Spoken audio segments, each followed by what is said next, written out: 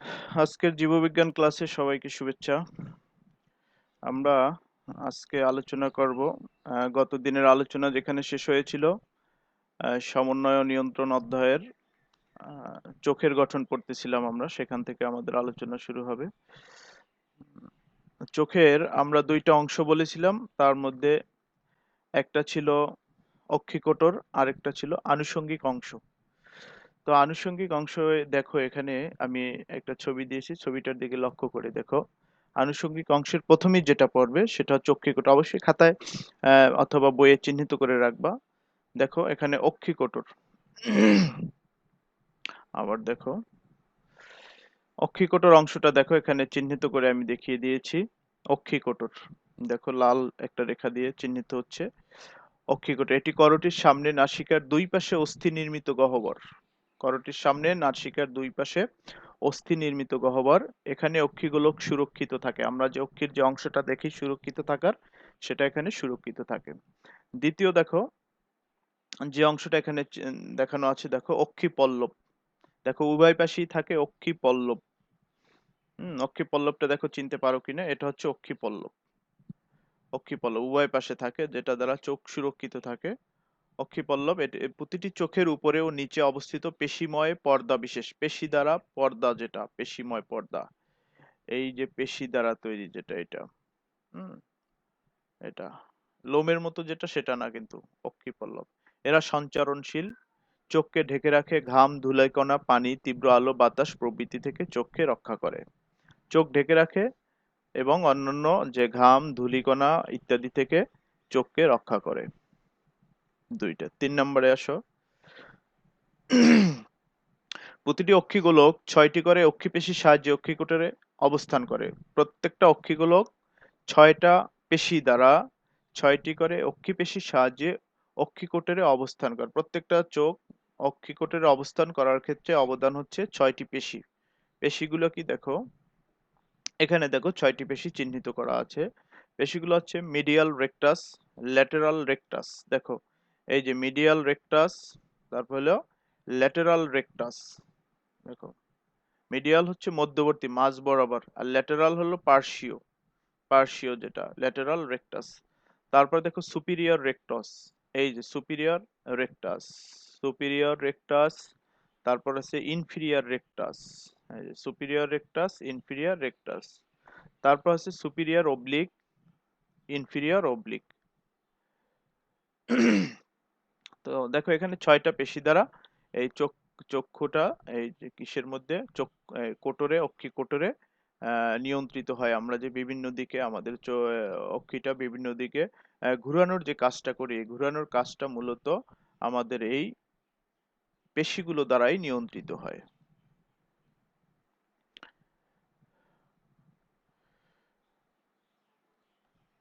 এখানে আমি কাজটা দিয়ে দিছি। অক্ষিকোটরের অভ্যন্তরে চক্ষুকে স্বস্থানে ধরে রাখতে এবং চক্ষুর সঞ্চালনে সাহায্য করে। অক্ষিকোটরের অভ্যন্তরে চক্ষুকে স্বস্থানে ধরে রাখতে এবং চক্ষুর সঞ্চালনে সাহায্য করা, এই হচ্ছে এর কাজ। এর পরবর্তী আনুষঙ্গিক অংশ দেখো, এই যে অক্ষিপক্ক, এই যে লোমের মতো যেটা দেখা যায়, এই যে অক্ষিপল্লবের সাথে অক্ষিপল্লবের উপরের বাইরের দিকে এই যে থাকে, এটাকে আমরা বলি অক্ষিপক্ক। নামগুলো ভালো করে জানবা, এতদিন যারা ভুল নাম জানতা এখন শিখে নাও। ঊর্ধ্ব ও নিম্ন অক্ষিপল্লবের মুক্ত প্রান্তে এক সারির সাজানো লোম বিশেষ, এরা ধুলাবালি চোখে প্রবেশে বাধা দেয়। ঊর্ধ্ব ও নিম্ন অক্ষিপল্লবের মুক্ত প্রান্তে এক সারি সাজানো লোম বিশেষ ধুলাবালি চোখে প্রবেশে বাধা দেয়। কপালের ঘাম যেন চোখে প্রবেশে বাধা দেয়, ঘাম যেন চোখে প্রবেশ করতে না পারে সেটা বাধা দেয় হলো এই অক্ষিপক্ক। এরপর আইব্রো। দেখো আইব্রো তো সবাই চিনো ভালো করেই। আইব্রো প্রতিটি চোখের কিছুটা উপরে ও কপালের নিচে লোমযুক্ত বাঁকা ধনুকের মতো অংশ। এরা কপালের ঘাম চোখে প্রবেশে বাধা দেয়। যারা তুলে ফেলো, কমাই ফেলো, তা সেক্ষেত্রে কি হবে, দেখা গেছে যে সেক্ষেত্রে কিন্তু এই যে এই ময়লা, ঘাম, ধুলাবালি ইত্যাদি কিন্তু মাথা থেকে ভিজে ভিজে চোখের মধ্যে প্রবেশ করবে। তো এটার অনিশ্চয়ই কোন কাজ আছে। এরপর অশ্রু গ্রন্থি। এখানে 3টা গ্রন্থি আছে, আমি তোমাদের বলে নেই। এখানে 3 ধরনের গ্রন্থি আছে। অশ্রু গ্রন্থির পাশাপাশি আরো 2টা গ্রন্থি আছে, হার্ডেরিয়ান গ্রন্থি এবং মেবোমিয়ান গ্রন্থি। অশ্রু গ্রন্থি, হার্ডেরিয়ান গ্রন্থি, মেবোমিয়ান গ্রন্থি। তো হার্ডিয়ান এবং মেবোমিয়ান গ্রন্থি হলো তৈলাক্ত রাখে, ভিতরে তৈলাক্ত পদার্থ ক্ষরণ করে চোখকে তৈলাক্ত রাখে। কিন্তু অশ্রু গ্রন্থি কি করে? প্রতিটি অক্ষিগোলকের উপরে ও সামনে অবস্থিত, এই দেখো অবস্থানটা দেওয়া আছে, চোখকে সিক্ত রাখতে সাহায্য করে। আর বাকি দুইটা গ্রন্থিও চোখকে সিক্ত রাখতেই সাহায্য করে। তো মোটামুটি চোখের আমরা যেটা বললাম যে দুইটা অংশে আমরা আলোচনা করছি চোখের, অক্ষি আনুষঙ্গিক অংশ, আরেকটা হলো অক্ষিকোটর। তো দুইটা অংশে আমরা আলোচনা করলাম, দুইটা অংশ, আনুষঙ্গিক অংশটা মোটামুটি আমাদের শেষ হয়ে গেল। আরেকটা ছিল অক্ষিগোলক, অক্ষিগোলক। আর দ্বিতীয় অংশ হলো আনুষঙ্গিক অংশ। তো আনুষঙ্গিক অংশে এই যে আমরা যে কটা জিনিস এখানে আলোচনা করলাম এগুলো পড়লেই হবে। আমরা পড়লাম অক্ষিকোটর, অক্ষিপেশী, অক্ষিপল্লব, অক্ষিপক্ষ, আইব্রো, আর হলো অশ্রুগ্রন্থি। এই কয়টা আমরা পড়বো হলো চোখের আনুষঙ্গিক অংশে। এরপরে এখানে আরো একটু আলোচনা আমাদের করতে হবে, সেটা হচ্ছে দেখো প্রতিবিম্ব গঠন ও দর্শন প্রক্রিয়া। চোখ কিভাবে প্রতিবিম্ব তৈরি করে এবং কিভাবে আমরা সেটা দেখি, এটাকে বলা হয়েছে প্রতিবিম্ব গঠন ও দর্শন প্রক্রিয়া। একটু লক্ষ্য করে দেখো, এখানে আমি লিখে দিয়েছি কি, দর্শনীয় বস্তু হতে আগত আলোকরশ্মি ক্রমান্বয়ে কর্নিয়া, আমরা পর্যায়ক্রমে দেখবো এখানে কর্নিয়া, প্রথম কর্নিয়া, তারপরে একুয়াস হিউমার, তারপরে পিউপিল, লেন্স, ভিট্রিয়াস হিউমারের মধ্য দিয়ে রেটিনায় পতিত হয়। তো আপতিত আলোকরশ্মি লেন্সের মধ্য দিয়ে যাওয়ার সময় প্রতিসৃত হয়ে রেটিনার ফোভিয়া সেন্ট্রালিসের উপর একগুচ্ছ অভিসারী রশ্মিরূপে প্রতিফলিত হয়। রেটিনার ফোভিয়া সেন্ট্রালিসের উপর একগুচ্ছ অভিসারী রশ্মিরূপে প্রতিফলিত হয়, ফলে রেটিনার উপর বস্তুটির ছোট ও উল্টো প্রতিবিম্ব তৈরি হয়। রেটিনায় বিদ্যমান আলোক সংবেদী রড ও কোন কোষগুলো উদ্দীপ্ত হয় অপটিক স্নায়ুর মাধ্যমে। এ আলোক অনুভূতি মস্তিষ্কের দৃষ্টিকেন্দ্রে পৌঁছায়। তো এখানে যে একটা প্রতিবিম্ব তৈরি হয় সেটা এই যে অপটিক স্নায়ু, অপটিক স্নায়ুর মাধ্যমে কোথায় যায়? মস্তিষ্কে চলে যায় অপটিক স্নায়ুর মাধ্যমে। মস্তিষ্কের কার্যকারিতায় উল্টা প্রতিবিম্ব সোজা হয়ে যায়, ফলে আমরা বস্তুটি সোজা দেখতে পাই। তো এটা হলো প্রতিবিম্ব গঠন ও দর্শন প্রক্রিয়া। আমি এখানে আবার একটু রেখাচিত্রে দেখিয়ে দিয়েছি। দেখো আলোকরশ্মি কর্নিয়া থেকে একুয়াস হিউমার, একুয়াস হিউমার থেকে পিউপিল, পিউপিল থেকে লেন্স, লেন্স থেকে এই যে ভিট্রিয়াস হিউমার, ভিট্রিয়াস হিউমার থেকে রেটিনা, এবং রেটিনা থেকে এই যে অপটিক স্নায়ুর মাধ্যমে আমাদের যে দ্বিতীয় জোড়া করটিক স্নায়ু আছে অপটিক স্নায়ু, এই অপটিক স্নায়ুর মাধ্যমে কোথায় যায়? মস্তিষ্কের দৃষ্টিকেন্দ্রে যায়। তো এভাবে প্রতিবিম্ব গঠন ও দর্শন প্রক্রিয়া সম্পন্ন হয়ে থাকে। এরপর আমাদের আরেকটা জিনিস আসে, সেটা হলো উপযোজন। তোমাদের বইয়ে আছে উপযোজন। উপযোজনটা কি? ধরো আমি এখানে দাঁড়িয়ে আছি আর দূরবর্তী কোনো একটা বস্তু দেখতে চাই, অথবা নিকটবর্তী কোনো একটা বস্তু, কিন্তু আমি আমার জায়গা থেকে, অবস্থান থেকে নড়বো না। মানে যে বস্তুটা আমি দেখব, দর্শনীয় বস্তু যেটা, সেই দর্শনীয় বস্তু এবং চোখের লেন্স এর মধ্যবর্তী দূরত্ব না কমিয়ে লেন্সের আকৃতি পরিবর্তন করে একটা বস্তুর সুস্পষ্ট প্রতিবিম্ব গঠন করাই হচ্ছে উপযোজন। আবার বলি, দর্শনীয় বস্তু এবং লেন্স এর মধ্যবর্তী দূরত্ব পরিবর্তন না করে লেন্সের আকৃতি পরিবর্তন করে বস্তুর একটা স্পষ্ট প্রতিবিম্ব তৈরি করাই হচ্ছে উপযোজন। দেখো আমি লিখেছি, দর্শনীয় বস্তু ও চোখের মধ্যকার দূরত্বের পরিবর্তন না করে বিভিন্ন দূরত্বে অবস্থিত কোনো বস্তুর প্রতিবিম্ব স্বাভাবিকভাবে রেটিনায় প্রতিফলিত হয়, কিন্তু এই দূরত্বের কম বা বেশি হলে প্রতিবিম্ব রেটিনার ফোকাসের জন্য উপযোজন প্রয়োজন। চোখের আইরিশ, সিলিয়ারি পেশি, সাসপেন্সরি লিগামেন্ট ও লেন্স সক্রিয়ভাবে উপযোজনে অংশ নেয়। আইরিশ আমাদের যে কালো অংশটা, এটা ছোট বড় করে, আলো প্রবেশটা নিয়ন্ত্রিত করে। সিলিয়ারি পেশি, তারপর সাসপেন্সরি লিগামেন্ট যেটা ছিল, এই দুইটার ক্রিয়ায় লেন্সকে ছোট বড় করে, লেন্সকে আম, উত্তল অবতল যেটা আমরা বলি সেটা মানে উত্তল করে অথবা অবতল করে, যেটা করা লাগে, যে কোনো একটা অবস্থানে নিয়ে বস্তুটা যেভাবে সুস্পষ্ট একটা প্রতিবিম্ব চোখের মধ্যে তৈরি হয় সেটা করাটাই হচ্ছে উপযোজন। আরেকটা জিনিস আছে দেখো, দ্বিনেত্র দৃষ্টি বা স্টেরিওস্কোপিক দৃষ্টি। এটা হচ্ছে আমরা, দেখো চোখের মধ্যে কিন্তু একটা দূরত্ব আছে, দুইটা চোখের মধ্যে একটা দূরত্ব আছে, দূরত্ব হচ্ছে 6.3 সেন্টিমিটার। তো 6.3 সেন্টিমিটার দূরত্বে চোখ অবস্থান করলো, আমরা একটা বস্তুকে কেন একই রকম দেখি? দুইটা চোখ তো দুই রকম দেখার কথা। হ্যাঁ, সেইটা সম্পর্কে এখানে বলছে যে দ্বিনেত্র দৃষ্টি, দুটি চোখ দিয়ে আমরা দেখলেও কিন্তু বস্তুটাকে দেখি কি একই রকম। মানুষ দ্বিনেত্র দৃষ্টিসম্পন্ন প্রাণী, অর্থাৎ মানুষ দু চোখের সাহায্যে একই সাথে কোনো বস্তুকে এককভাবে দেখতে পায়। এ ধরনের দর্শনকে স্টেরিওস্কোপিক দৃষ্টি বলা হয়। কোনো বস্তু থেকে প্রতিফলিত আলোকরশ্মি রেটিনায় পড়লে যে স্নায়ু উদ্দীপনার সৃষ্টি হয় তা স্বতঃস্ফূর্তভাবে মস্তিষ্কের দৃষ্টি কেন্দ্রে একটি মাত্র প্রতিবিম্বে একীভূত হয়।